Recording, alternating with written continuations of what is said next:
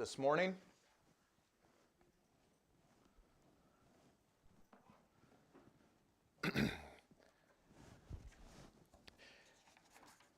Last week we were talking about the every wise woman buildeth her house, but the foolish plucketh down with her hands in Proverbs 14, and then showing the background of the 1960s with feminism and the rise of that, and how feminism wasn't creating the problem, it was giving women the wrong solution to a problem.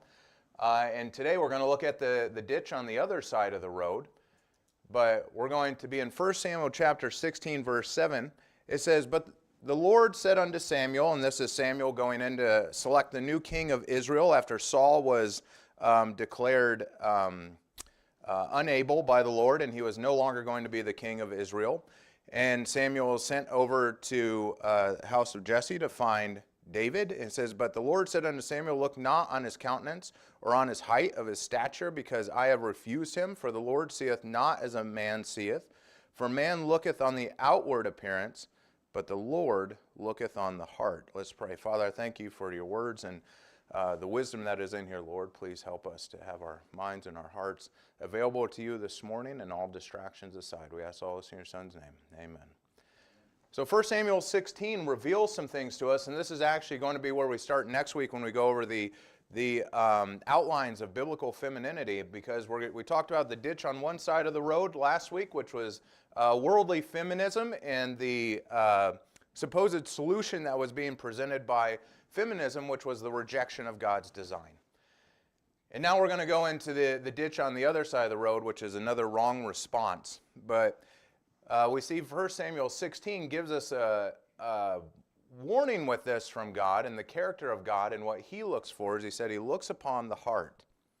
And next week we'll expound on it a bit, but first I'll give you an analogy before we go into this, because we're going to talk about how the response of churches actually was not correct in this.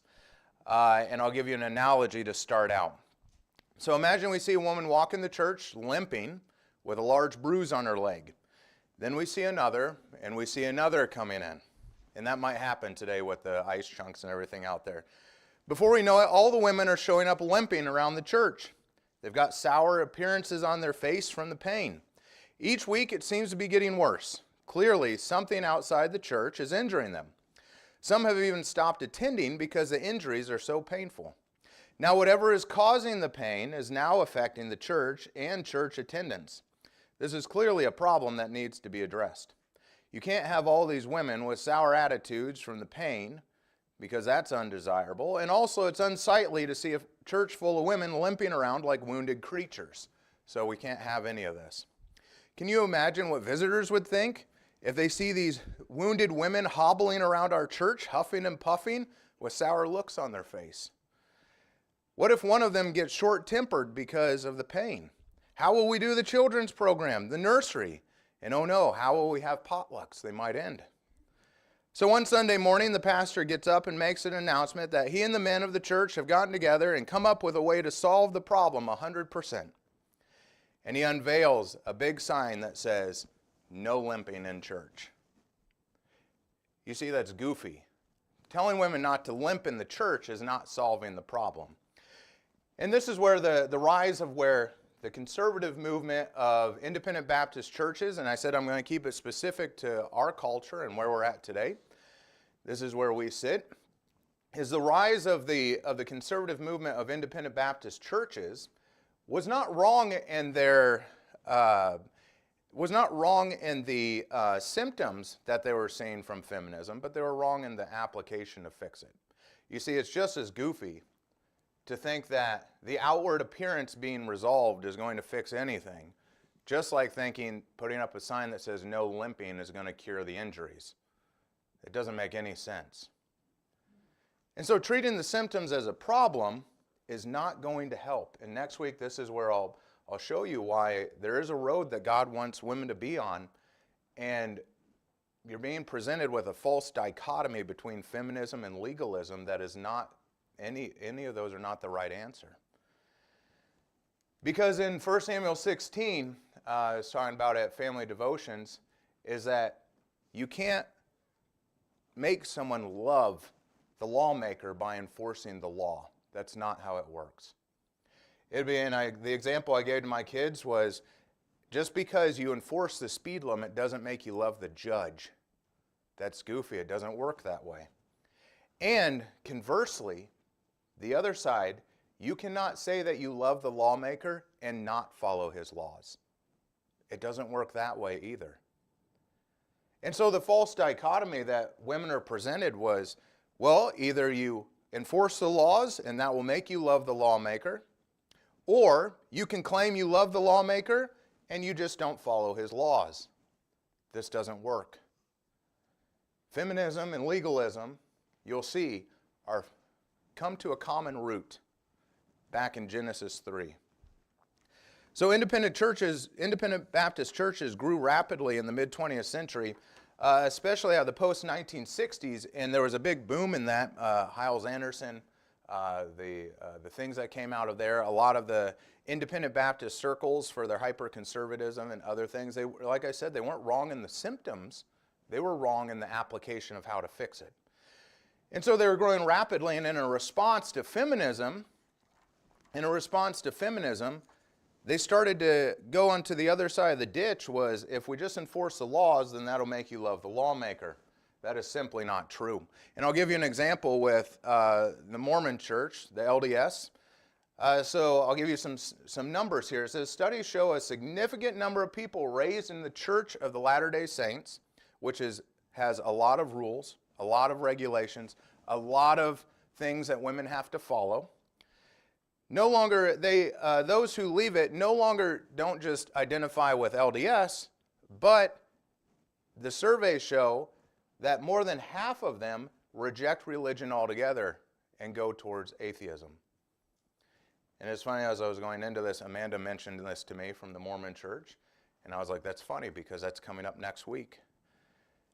And so other sources show that 46% of individuals raised Mormon no longer identify as any religion as adults. Legalism doesn't work.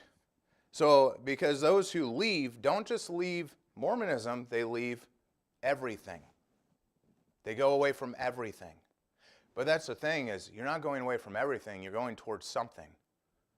You're always going towards something. And you're going to see the same root of the problem in an extreme example of the LDS church is also the problem that happened inside of Baptist churches. It was the same thing. You see, feminism obviously was giving wrong advice to women. Sexual promiscuity, immodesty, divorce was rising, authority was being mocked and ridiculed, families were falling apart. Obviously, feminism was giving some symptoms that were indicative that we needed a cure. And so, like I said, there was a right recognition of the problems and the symptoms, but there was a wrong cure being used.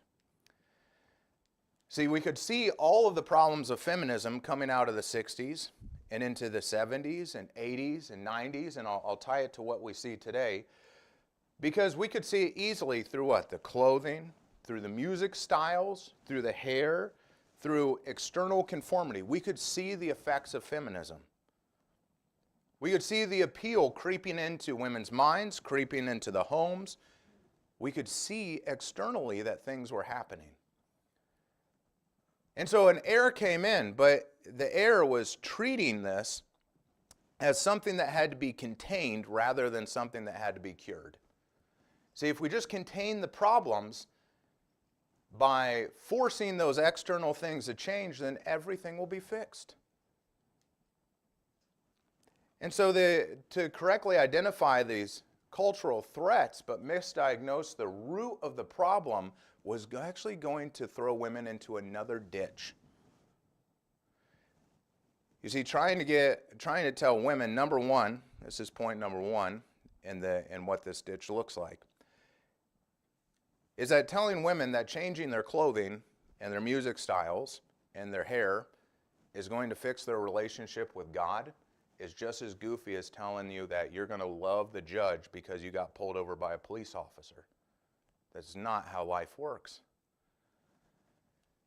And so the first thing that happens, you see, is this misdiagnosis, and the root of the problem is going to that was being addressed was, well, if we simply just change what needs to happen, then what looks like on the outside, then we'll be okay on the inside. Well, we'll go back to the LDS problem. Why do they go from, I have to choose between the church or I have to reject everything altogether? Because of this issue here, is that the church and God become indistinguishable in your eyes. So you go, well, if I'm going to reject the church, I have to also be rejecting God. And you can't tell the difference between the two because the church has been made into God, and they become the law providers. They become the judge. And so women are told, well, if you don't conform to the things that the church wants, you are rejecting God. And so in order to leave church, they also think, I have to leave God. Because if this church is God, I'm throwing it all out. And so worshiping the church becomes a major issue. It still is an issue today, and it always has been an issue. You see, if you believe that you're leaving God because you're leaving a church, you're in this place. And so these pastors, rightfully so, wanted to be able to cure this issue. But like I said, they correctly identified the cultural threats, but they were misdiagnosing the root of the problem. The root of the problem was not to bring in these hippie women and crank them out looking like independent Baptist women. Having dress rules posted on the wall is just as silly as saying no limping. It's not going to change the heart of a single woman. So the error wasn't noticing what was wrong, it was what they were trying to do to fix it. So we just bring them in the doors and say, well, long as if you need to accept Jesus Christ, what are some of the baggage that we see with that all the time?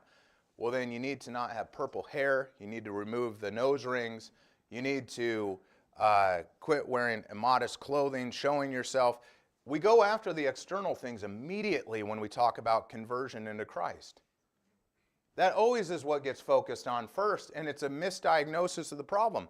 You know, that young lady who just got saved doesn't need to go change her hair color. She needs to change her heart. She doesn't need to go change her clothes. She needs to change her heart. And that's none of your business. That's between her and God and you imploring with her to transform in Christ. You know how you can tell that somebody is on the right path after salvation is that you don't have to go up to them and tell them you should stop smoking. They feel the conviction and they say, I need to stop smoking. You give them truth. You let God do the heart transformation. That's none of our business. Slapping the cigarette out of their hand isn't going to make them go, oh, you're right, I love God more. So that's the first error, is thinking that changing the external is going to fix the internal. And so the conservative movement began to become very legalistic about this. How you looked, how you act, how you behave, what music you listen to. We still see that today in independent Baptist circles. So they're in error. The second thing is that this legalism now began to replace discipleship. Because discipleship is critical in a Christian's life. But if you start to replace discipleship with a checklist of regulations, women are never going to get mentored in Christ. They're never going to get led towards Christ. They're going to get led towards a checklist. And so these rules now become fences in their life. They say, well, these are the rules you must follow. We're not going to disciple. We're just going to give regulations and rules because we don't want to have any of the limping women walking around. So we put up the no limping sign. And anyone who's caught limping will be dealt with and eventually told they cannot come back. But women were told, dress this way to be godly. Submit this way or you are rebellious. Conform outwardly and the home will stabilize. I'll tell you this, there are homes very near to us and there are homes all over the world that are falling apart. And I can tell you what, you can take the most liberal woman throw her into the most conservative dress, and that home's still going to fall apart. It's not going to get fixed. Because rules cannot heal a problem of trust with God's structure. We see it with the Israelites going across the desert, and what does Moses do? He goes up on Mount Sinai for 40 days, and he sits up there, and God gives him the tablets of the 10 Commandments. He comes down, and what does he come down to? Rebellion. And he presents the laws to the people, and they don't change. You see, the laws were never given to change the hearts of men. The laws were given so they knew there were changes that needed to occur. The law was a schoolmaster. The law was not God. And so to try to add more laws into the church house was not going to fix anything more than the 10 Commandments and the rebellion of Israel. Guess what? They still did not get to enter the promised land, even though they received the original tablets from God. They still did not get to enter. So how is a couple of rules made by a pastor going to fix it if the handwritten rules of God made no difference? So legalism replacing discipleship inside of the church and making it into a checklist of behaviors, of outward appearances, was not going to fix the problem. Now, thirdly, why are women bearing the weight of this cultural correction? In practice, women became the front line of enforcement of legalism. Isn't that interesting? You see it in churches still today, that women will be at the front lines of the example of the cultural corrections that need to happen. Anything we see in society, we will try to correct it through the women of the church. And I'm not setting this up for a blame game, because you're going to see quickly that women, this rests on you for this problem. Is that women became the frontline enforcement. We even see it today. Why are so many of the far left extremists, we even saw it recently with the woman who was shot, why do we see the far left extreme movement uses women as the front line of the example? These liberal white women are the frontline example of a far left extremist liberal movement. It's the same reason why women become the example on the far right. So they become the frontline enforcement behind this, thirdly. And now these visual signs and everything become the representation of where a church is at. You can walk into a church, and I can tell where a church is at, so you think, by how the women look. You know, you can go into a church, men kind of look like men. We're boring, aren't we? We're kind of boring. We wear a suit and tie, whatever. We wear jeans and a t-shirt. What's a guy's closet have? It's about an eighth the size of a woman's closet. We don't have much. We don't vary much. A guy can walk around in a suit and tie, and not much is thought. But a woman can walk around modestly or immodestly, and there's a lot that's thought. You see, and so churches begin to judge themselves off their frontline defenses, or their frontline troops, which were the women, and saying, well, how our women look is how our church must be. And I hope I'm not really getting under anybody's skin too bad with that, because really, these aren't hurts that make excuses. This is something you need to very much pay attention to. Remember, we're talking about a ditch on the other side. You can quickly find yourself, as you're going to see, going, well, now, what do I do? I must reject all of this. Women were not getting discipled in why God's design was good, only what to do.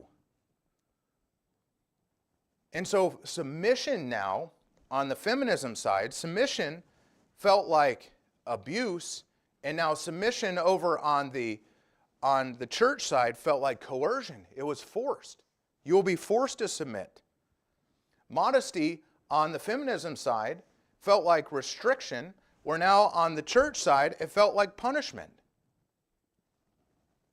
Obedience on the feminism side felt like a restriction to slavery. Obedience on the church side started to feel like humiliation. So what do women do? They only have one option. Neither. and they leave.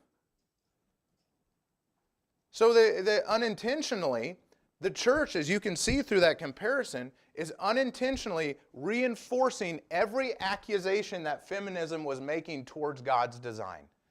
They were accidentally reinforcing all of those claims feminism was making towards God through the church.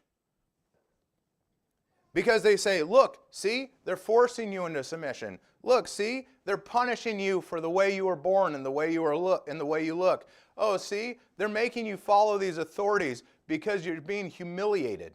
You're being made an example. And so women, what are they left with? Oh, I can go over here and I can be in total rebellion, or I can go over here and I can be in total humiliation. Why is that the two options women were being presented with? Those accusations were false, but the response of the church was making them look really true. It was looking really true, but it wasn't. See, fourthly, legalism now hardens the hearts that it was trying to protect.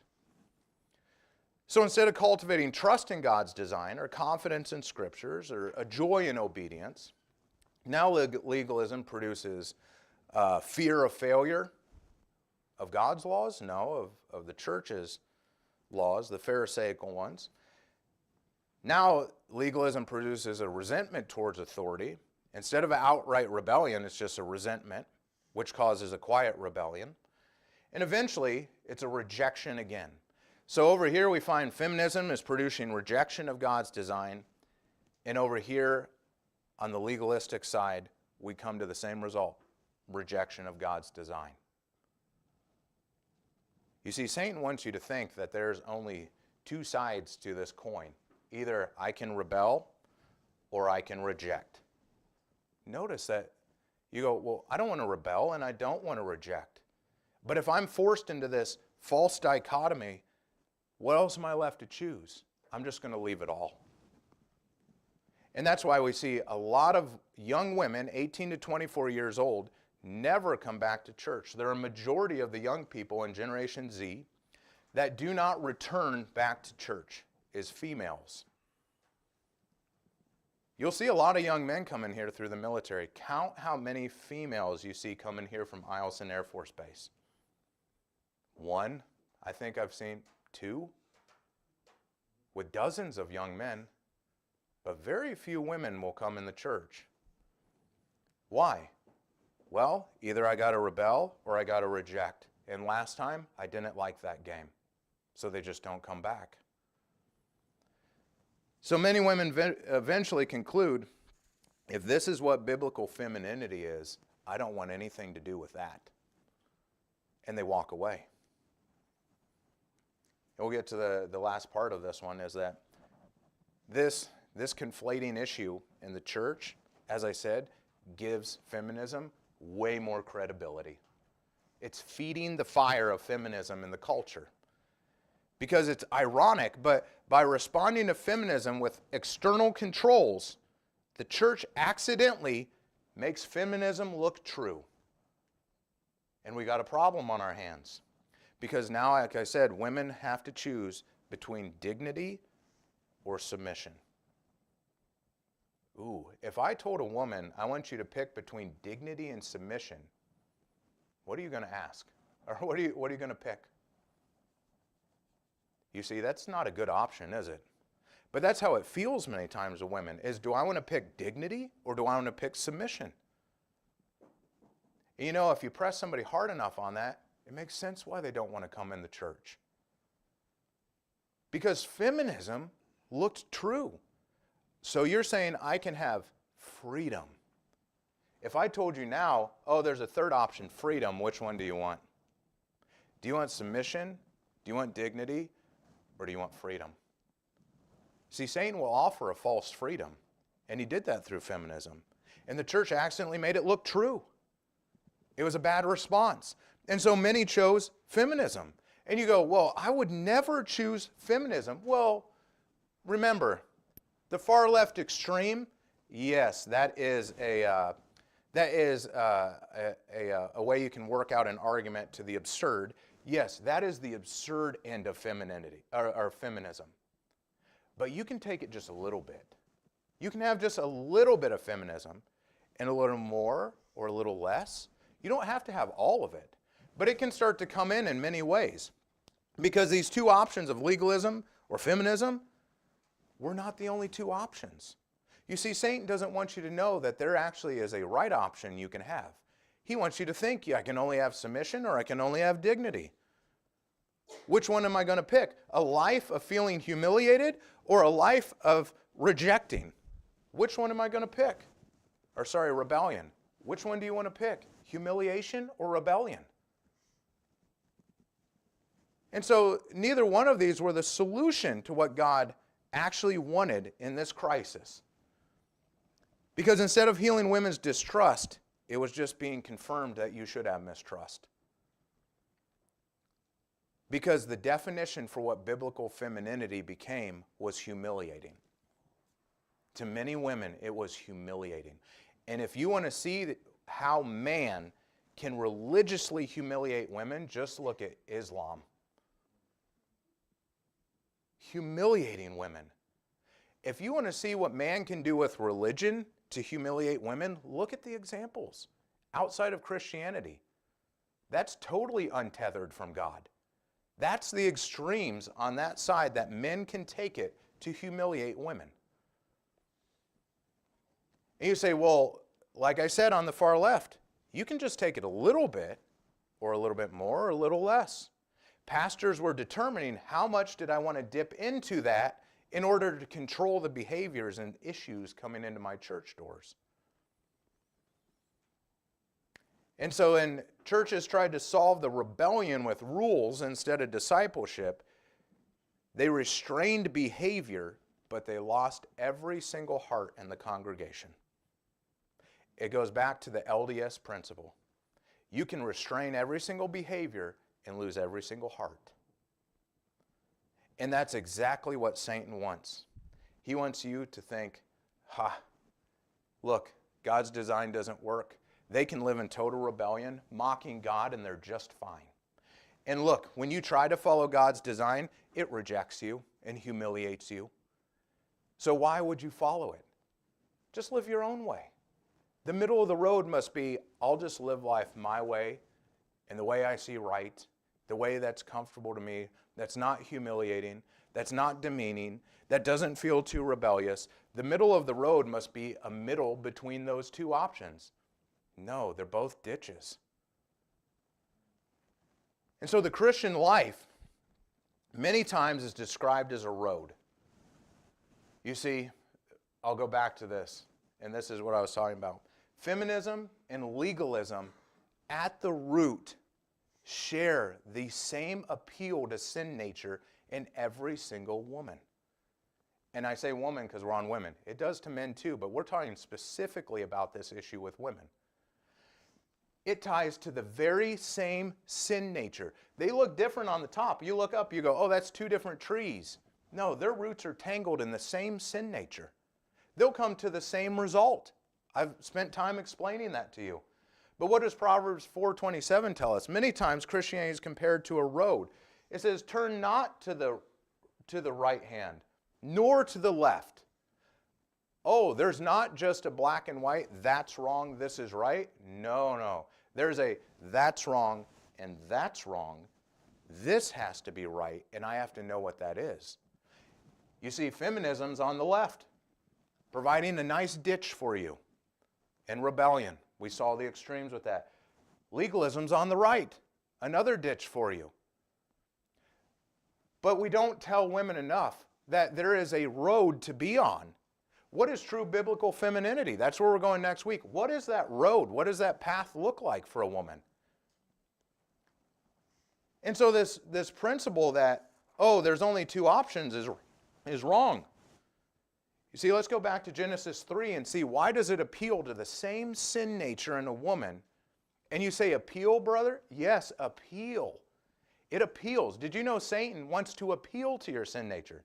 He wants you to want the answer that he wants you to get. You know, where man falls short on grabbing the heart and getting it to desire God, Satan's really good at grabbing the heart and getting you to desire your sin nature. He's really good. He's in it for the long game. He's not in it just for the upfront conformity. He doesn't mind if you come to church. He doesn't mind if you read your Bible. He doesn't mind if you sing hymns. He doesn't mind if you sit in family devotions. He wants your heart wrapped around your sin nature so tight it has no effect on you to even put you in those situations. And going back to Genesis 3, here's where we're at. And I will put enmity between thee and the woman after the fall of man into sin. And of course, we can play the fun blame game of who sinned first or second. They're both wrong.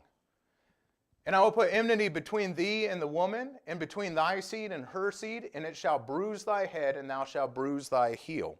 Satan has a specific vendetta against women from creation. He knew that the seed of woman was going to produce the Messiah that was going to crush him. You know, and if you're Satan and you're told the seed of a woman, that doesn't make sense. Women don't have seeds. Women don't produce babies on their own. So Satan was just told, I have a secret that God just revealed to me, that a woman is going to be the reason that I'm going to be destroyed. And so guess what Satan really loves to target? The nice soft targets. From the beginning of creation, he wants to target a woman.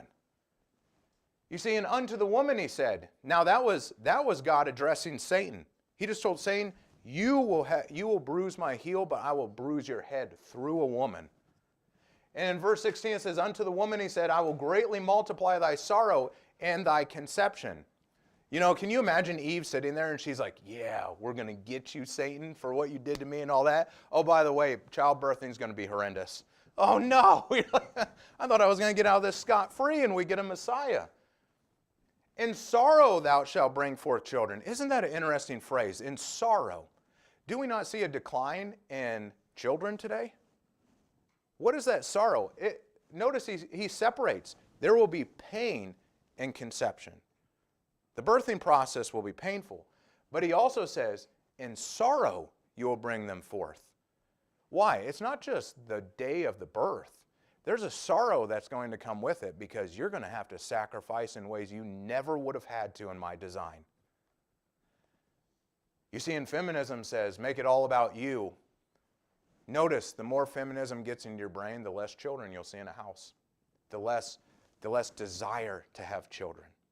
Now, I know some people can't have children. I'm not talking about that. Some people physically would want to have children, but they can't. What I'm talking about is the desire goes away. I don't want to give myself to raising a child. Because in sorrow you will bring forth children, and thy desire shall be to what? Thy husband. Interesting terminology there. You know, when God's design was broken in the Garden of Eden, he had a direct, in the garden, walking relationship with Adam and Eve. When they sinned, he said, no, now there will be a man who holds the responsibility for the burden of the home, and you will fall in submission to him. And what does it say? And he shall rule over thee. Now, Genesis 3:16, to many women, wish they could cross that out of their Bibles. Because when you start talking about submission to a husband, let me go back to Samuel 16, when I said, enforcing the laws will not make you love the lawmaker. But you can't love the lawmaker and claim to not love his laws. So you cannot tell me that you love God genuinely if you will not submit. That's the rejection of legalism. Satan wants you to believe that you have to reject that. And so he wants you to think you can't love God because you don't want to follow his laws. But what he's not telling you is those weren't laws God made. Those were laws that man made. And you can't tell the difference. And so he shall rule over thee. That's why I said at the root, they're the same problem, appealing to the same sin nature every woman has since Genesis 3, is the desire for independence, pushing away submission, a reason to reject that God has placed upon a woman at Genesis 3. And of course, Adam had his, but we're talking about Eve. That sin nature is looking for an excuse to push away from that at every opportunity.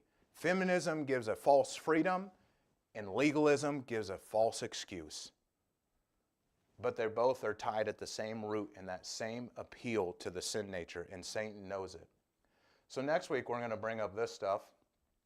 It shows feminism, that left ditch, religious legalism, is that right ditch.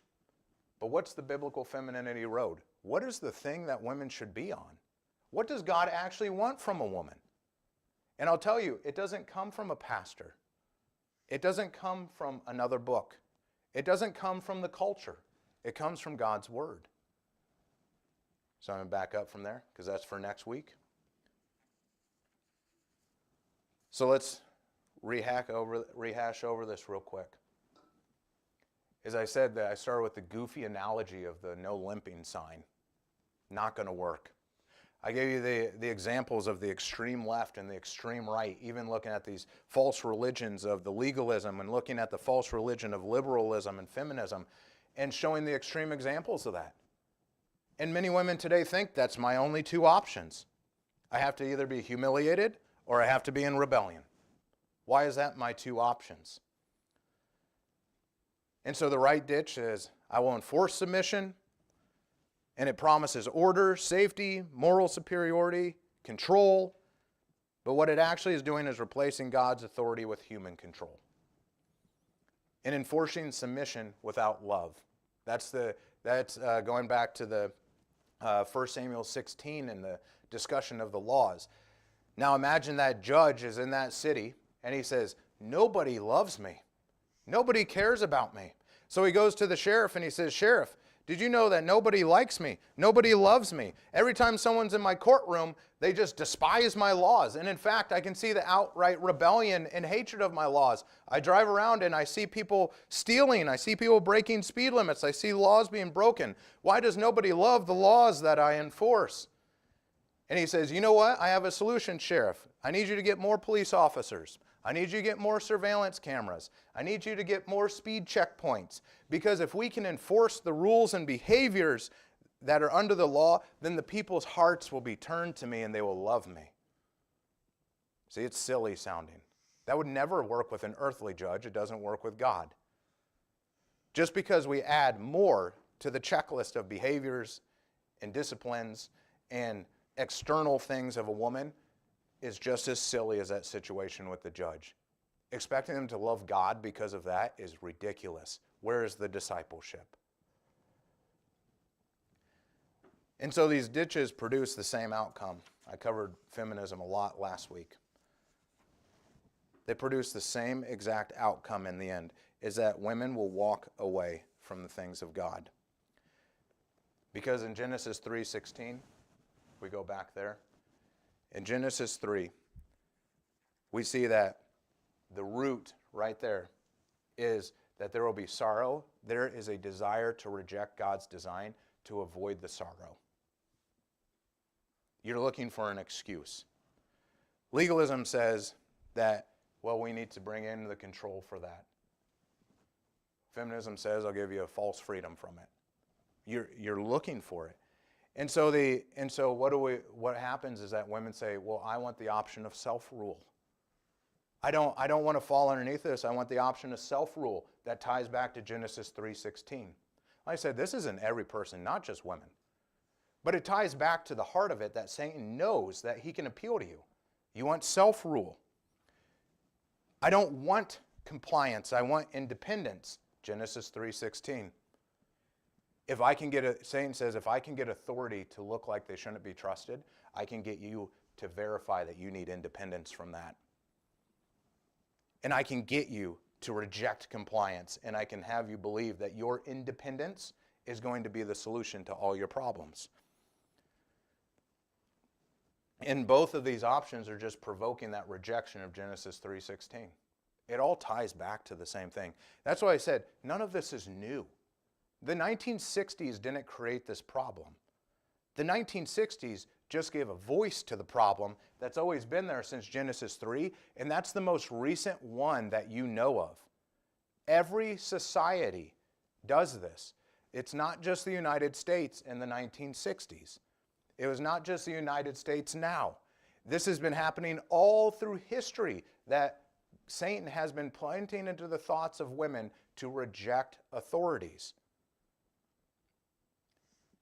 And so it's going to cause the problem of where these lies feel true. And so you might be at that spot, you say, well, why do we go over all this? You know, because I think there's women who feel like they're stuck in this spot. I do.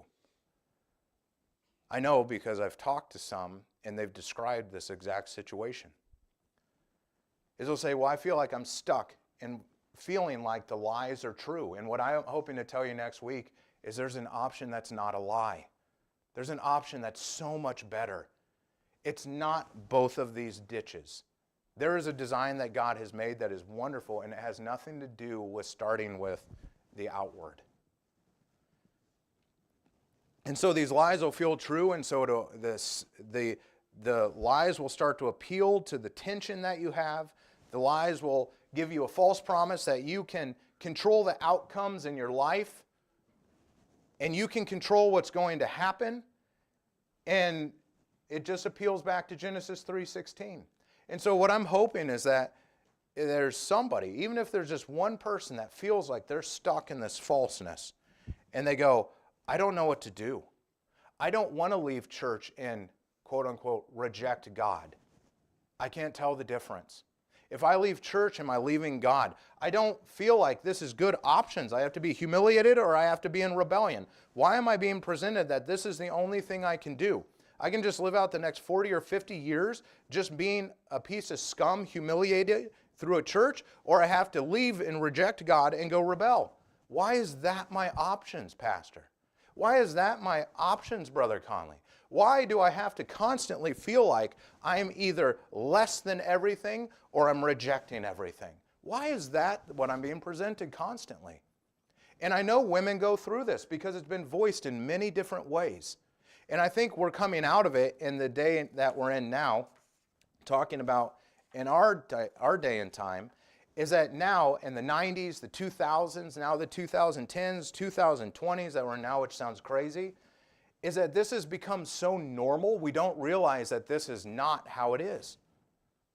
You have never grown up in a time where that was not the false options presented by Satan in your life. There is not a, I don't think, maybe Karen, I don't know, was born long enough ago to remember when it wasn't like this. So what I want to do is hopefully open up your eyes to see what God has for you, and those are both false pretenses, a false dichotomy being presented to you, and hopefully you realize you don't need to reject God to win. You don't need to reject God's design to win. That's not the option that you have to have. Satan is deceiving you if you believe I have to reject everything of God in order to win as a woman. And let's not pretend women have been wounded through this process. Let's not pretend women lost control in this process of things that they should have controlled in their lives. And let's not pretend women were told that they were unequal in a way that made them feel less. I will tell you, the home isn't equal. My wife and I aren't equal. We have different roles. We have different physiques. We're not equal. The lie is that you should be. No, women are not equal. They are women, and God designed you as such. And the world is trying to tell you to stop being one, and it's perverse. And so I'm hoping that we'll just reach a woman next week, even one, to show you that God has so much more for you than what the world is offering through these two ditches. So let's go ahead and pray. Father, I thank you so much for your word, and I thank you for the truth that you will reveal, Lord, and ask that you please be with the next hour, be with the preaching, have our hearts and minds prepared to listen. Hope that folks will be able to get through the snow here for the services this morning. We ask all this in your Son.